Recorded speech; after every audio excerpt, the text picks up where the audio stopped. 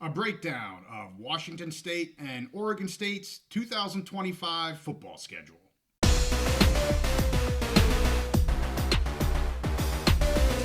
Conference realignment and expansion are always in the news, so we're back on the big mountain to keep you updated. Hey, welcome back to the mountain. I am JY, and this is my good friend Steve, and we want to talk about Washington State and Oregon State's 2025 football schedule, something we had done about 2 or 3 weeks ago. And I think the day after we released that episode, Steve, they actually came out with their football schedule. So we're a little bit late getting this out, but we do want to talk about them. Some interesting pieces to this. I want to hear what you have to say. Let's talk about Washington State's schedule first. So they open up with Idaho in a kind of a typical FCS game that most FBS schools have on their schedule. Then they have San Diego State. They'd go down to North Texas. Then they have Washington, and then they're at Colorado State. So 5 games there before they have a bye week in early October. Then they added, as we talked about, Ole Miss to the schedule. They're traveling down to Ole Miss, and then they're traveling to Virginia. So back-to-back weeks that they're traveling east. That'll be 2 very difficult games. Then they have home versus Toledo, and then at Oregon State for the first of 2 meetings with the Beavs. They then have their second bye on November 8th. And then Saturday, the November 15th, they have the Louisiana Tech Bulldogs that are traveling up to play them. And then on the 22nd, at JMU, could be a very interesting game. And then they round out the season with their second game, home and home. So this one is home against Oregon State. So, Steve, anything there that maybe sticks out to you? We'll get to the home and home sitch maybe later on. But any other games that you want to comment on? Well, I'll just say in general, I think they tried to make the best of a tough situation. For this just 1 year. I'm as a Big Ten fan, with Washington coming over, I'm really happy that they're still continuing the Apple Cup there. Right. I think it's a different week, than it used to be, but they still have that going on.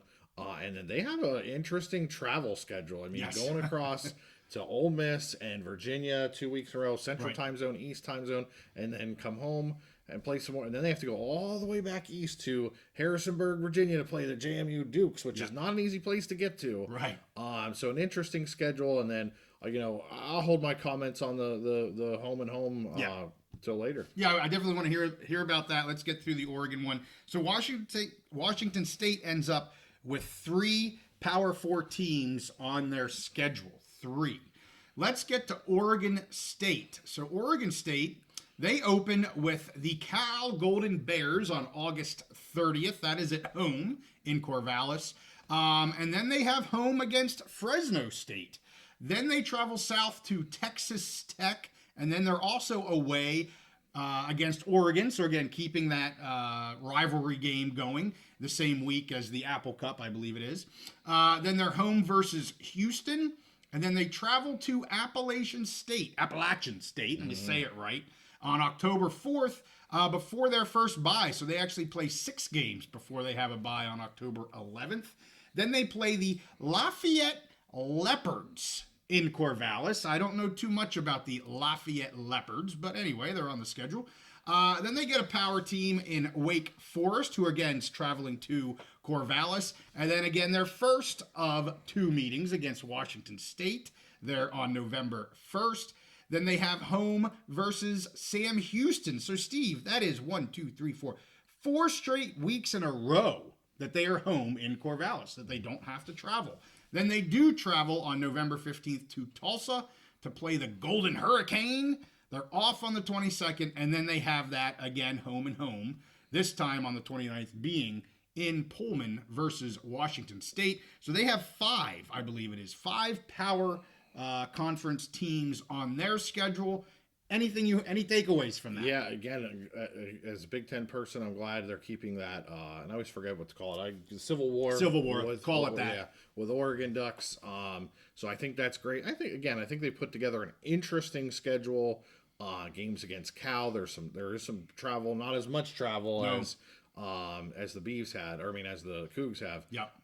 But interesting schedule. Now, I know that there's this whole thing of, okay, they want to say we have this many Power 4 games, whatever, because they're trying to show, hey, we're still competing at that level. Yeah. Which I get for the short term, but to me, I think what's more important is just interesting games. And I think they have the opportunity for interesting games that you want to, and we've seen that this year, Washington State specifically. Yes. It doesn't matter that if they're P4 or not, they are playing their way into putting themselves into a position to compete for that college football playoff. But you need to be in that national spotlight. You need to have some games, and they have some interesting games. So I think that put them in a spot where if they win, if they get through the schedule, they win. They have some games that will get some national attention, so that if they get that double-digit win total, they can be in a position to compete for a college football playoff. Well, it's interesting. You mentioned interesting games. Versus kind of power opponents. Mm-hmm. Yes, the Beavs have more power opponents, 5 versus 3. I think Washington State has more interesting games than what the Beavs have. I'm sorry, but that's the way I look at it. There's just some really intriguing matchups here with Washington. Again, not necessarily power programs, but they do have both Colorado State and San Diego State on the schedule, teams that will be in the PAC in the future. That's going to be, just good football. Mm-hmm. I know the Beavs have Fresno State, so they get one of the kind of the new PAC members. I get that. But also, you look, Ole Miss is a huge ad for Washington State. Toledo is one of the top MAC schools. JMU, one of the. I just there's a lot more interest here for me on the Washington State schedule. I will say, playing at JMU is a much more interesting game than Wake Forest. Even though Wake Forest is a power program, absolutely. Playing JMU at JMU, going in there, that will get more national attention and get them, I think, more credit with pollsters and people who do the rankings than playing Wake Forest, who's just a lowly, program from a power conference. Yeah, great point. So let's talk about the last piece. I want to hear from you first. Yeah. What do you think when this came out? They're doing this home and home, Beavs versus Cougs. What were your first thoughts about it? And then maybe did you rethink anything after you gave it some time to settle down? So my first thought was like, okay, this is just a weird gimmick, like, a gimmicky thing, like, that they ran out of options, which they may have ran out of options. Right. And it's just kind of a weird gimmick. As I've thought about it more, one, I think it will get national attention. I think because it's new, it's different. I was looking all around. I cannot find another instance where other teams have done this. I don't know if you are aware. No. But I've never seen anything. And so I think it's interesting. I think it will get attention. Mm-hmm. And then my other thought is, major college football is moving more and more towards an NFL model, okay? And what do we see in the NFL, okay? I'm a Steelers fan. They play everybody in their division, home and home, okay? So to me, again, it could just be a weird gimmick that never happens again, or it could be an experiment kind of going forward. How does this work out? Maybe, maybe this, starts a trend for those teams that play each other every year, whatever, that are in a division or just, close rivals where they do this. We'll see. Yeah. It's just too early to tell, but I think it will be interesting. I think it will at least grab some attention.